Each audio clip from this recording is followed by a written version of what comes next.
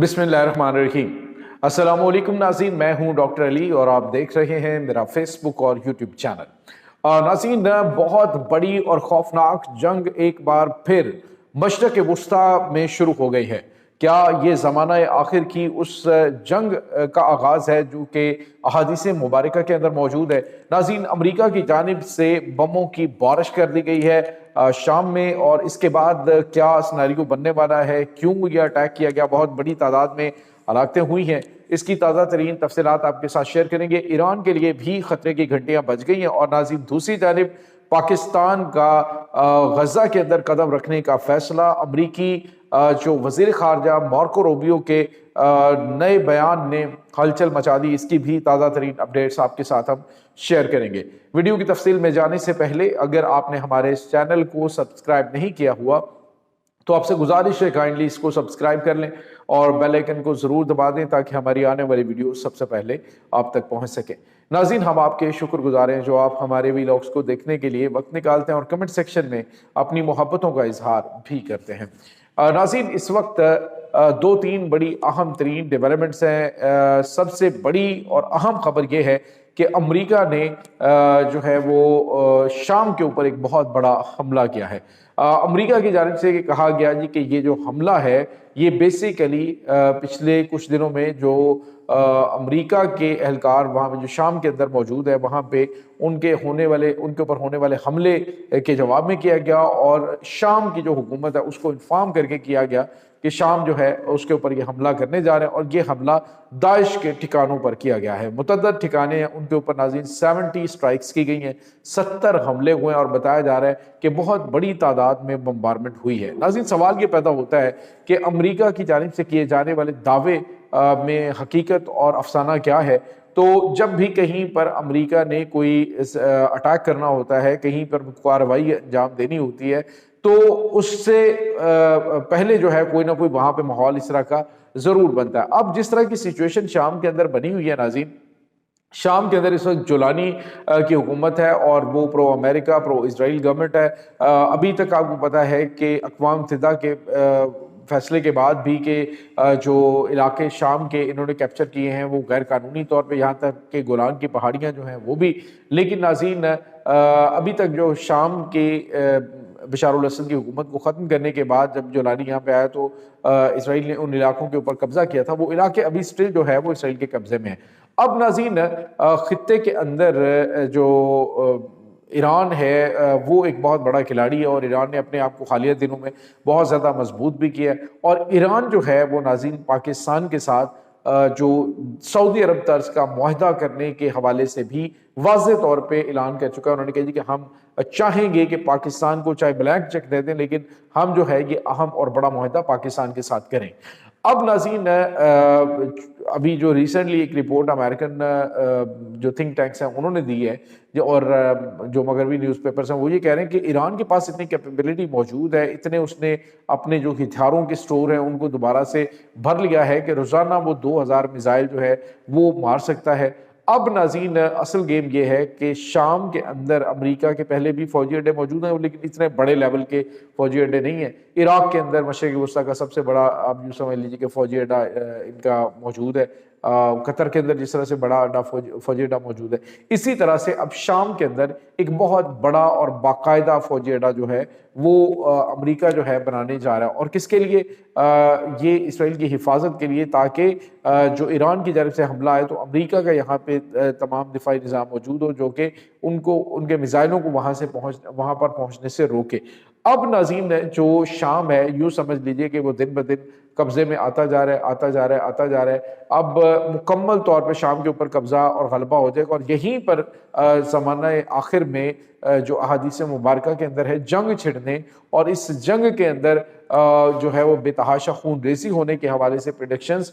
نبی رحمت صلی اللہ علیہ وسلم کی احادیث مبارکہ کے اندر موجود ہیں۔ سوال یہ پیدا ہوتا ہے کہ کیا یہ ایک نئی جنگ کا آغاز ہے یا پھر یہ وقتی طور پہ اٹیک کیا گیا ہے؟ ناظرین بظاہر تو امریکہ کے جو وزیر دفاع ہے، وزیر جنگ ہے، اس نے کہا ہے جی کہ یہ انتقام کا آغاز ہے، یہ نئی جنگ کا نہیں بلکہ انتقام کا آغاز ہے۔ آغاز کا مطلب یہ کہ اختتام نہیں ہے، اس کے بعد اٹیکس کیے جائیں گے، یعنی امریکن فورسز باقاعدہ طور پہ یہاں پہ بڑے پیمانے پہ ان کی ڈپلائمنٹ جو ہے وہ داعش کے نام پہ ہونے جا رہی ہے۔ ناظرین، یہاں پہ آپ کو یہ بتاتے چلیں کہ خطے سے داعش کا خاتمہ کرنے کے لیے جنرل قاسم سلیمانی جو کہ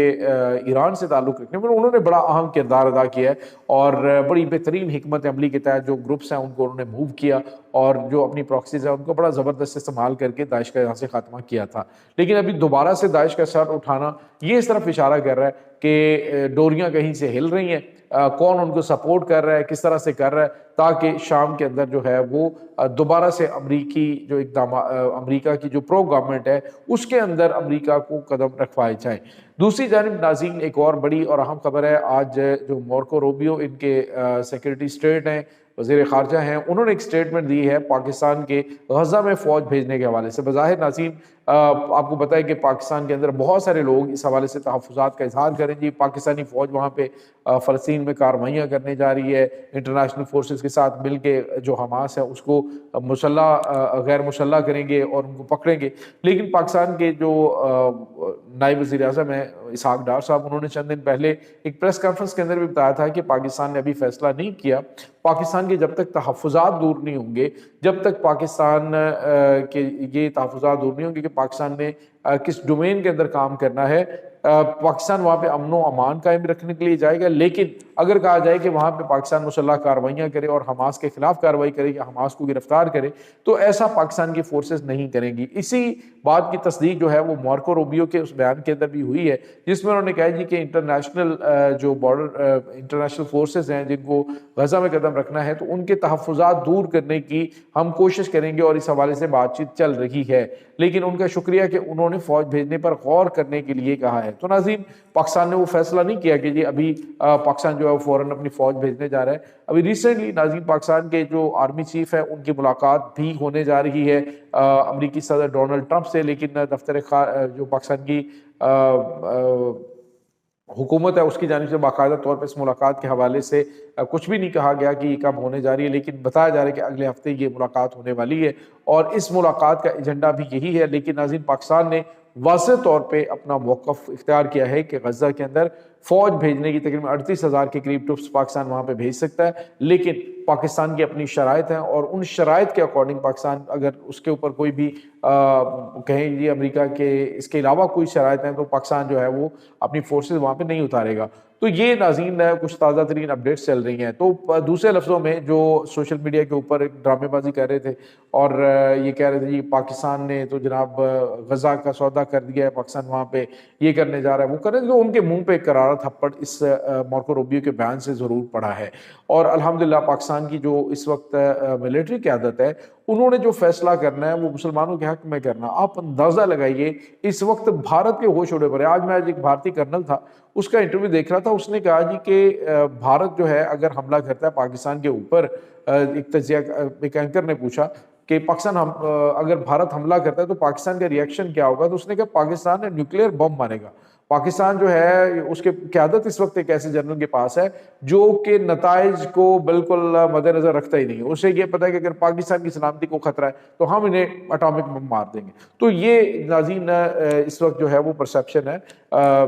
field marshal general Asim Munir کے بارے میں دشمنوں کی۔ تو میرے خیال میں